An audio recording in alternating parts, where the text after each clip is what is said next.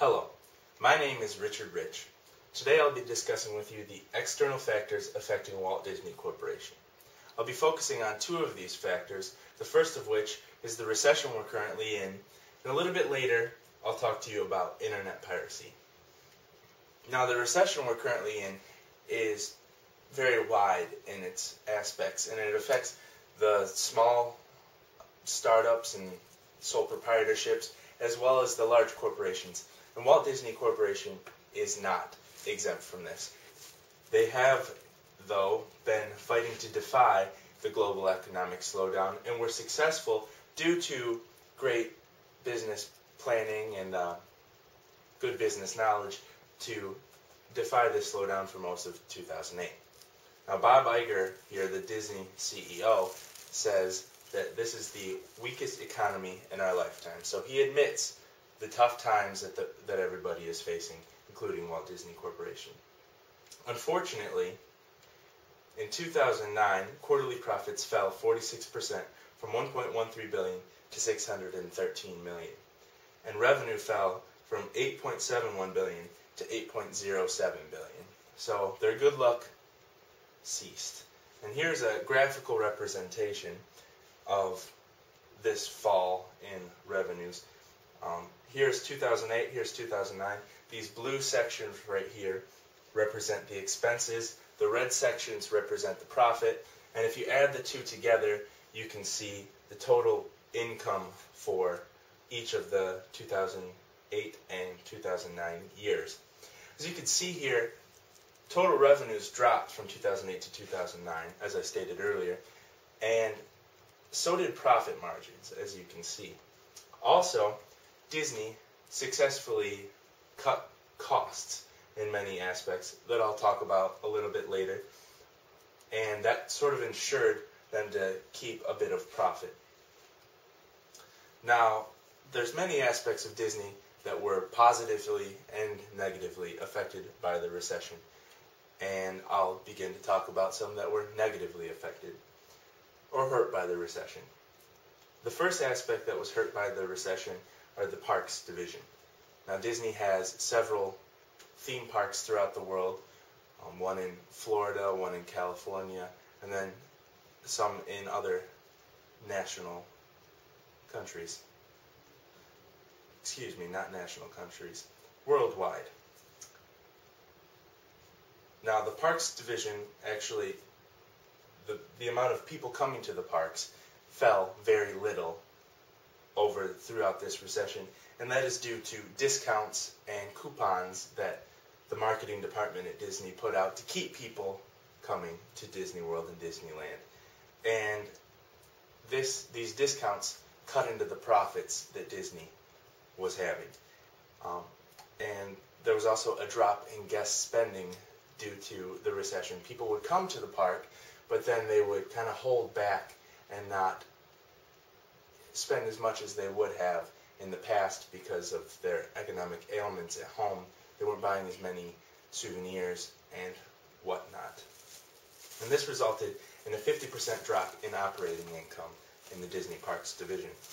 And so their response to that was to cut 1,900 jobs and to restructure the behind-the-scenes workings of Disney World and Disneyland to keep profits there, to kind of cut costs. The second branch of Walt Disney Corporation that was hurt by the recession was ABC TV Group. They reported a 60% drop in operating income, and this was mostly due to a slump in advertising revenues. So other companies are intertwined in their relationships, and Disney is hurt because other companies are hurting. And ABC TV Group realizes that people still crave entertainment, and so they're fighting to engage viewers with new shows. They're targeting women, and they're trying to get back, as they say, to the family business. The third branch of Walt Disney Corporation hurt by the recession is DVD sales. Now, DVD as a medium, according to Bob Iger, CEO of Walt Disney Corporation, is reaching maturity. Consumers aren't willing to go out and buy DVDs as much as they used to. And this is because much like when DVDs came around and VHSs stopped being sold as much as in stores. When Blu-ray came out and other new technologies, DVDs are becoming less and less desirable. Iger says that Disney needs to be more selective in what it publishes, so expect less DVDs to come out from Walt Disney Corporation.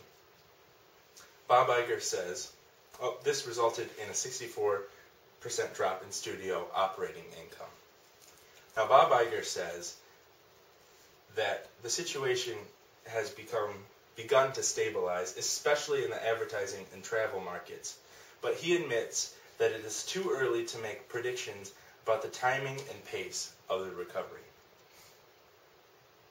Now, some areas of Walt Disney Corporation that weren't as prone to the recession include the cinema ticket sales being up in the last three of the last 4 recessions, and also in 2009, the receipts at cinemas are up.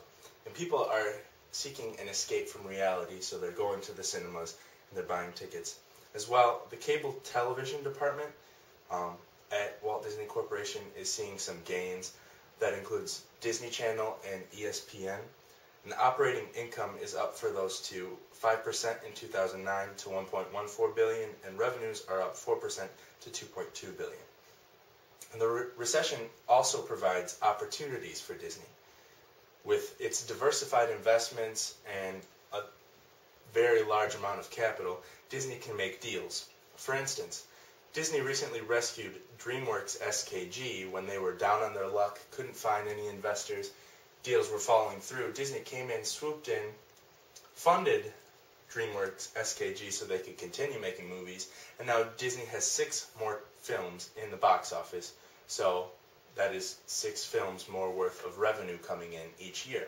And so Disney will be on a good foot when the recession turns, and they can profit much, much more.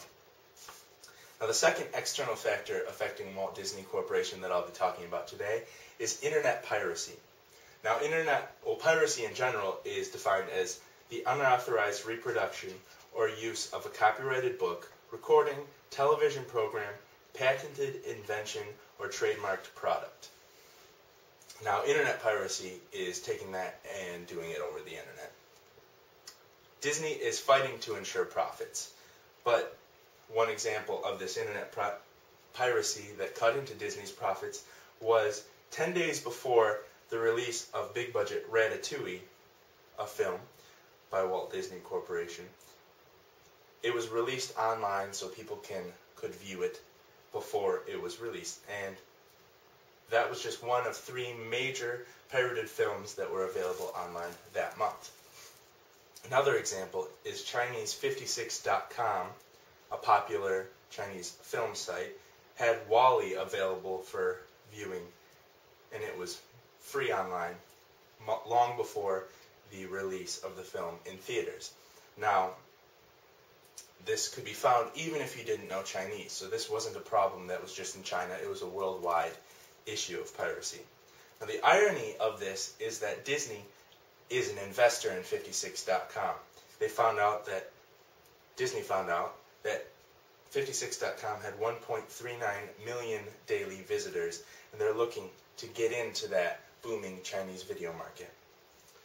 And so Disney's response to these issues of piracy is to provide legal routes. And so they put their media up on Cinema Now, where they've had mixed results, and iTunes, where they've had great results. And this should cut down on piracy, but it's not going to stop it. People are still going to steal media, any media that they can get their hands on, if it's available. And although some people might take the ethical route if they could, some people just aren't going to. So other things have to be done to stop this bit of internet piracy for Disney. Walt Disney Corporation has said that the unauthorized use of our intellectual property rights may increase the cost of protecting these rights or reduce our revenues. And this is bad news. I would say that it's both going to increase the cost of protecting the rights and reduce their revenues, which is going to bring up the cost of DVDs and in the future Blu-rays to people who are not stealing. So something has to be done about this. So I talked to you about both internet piracy and the recession, to external factors affecting Walt Disney Corporation. I hope you understood it, and thank you for listening.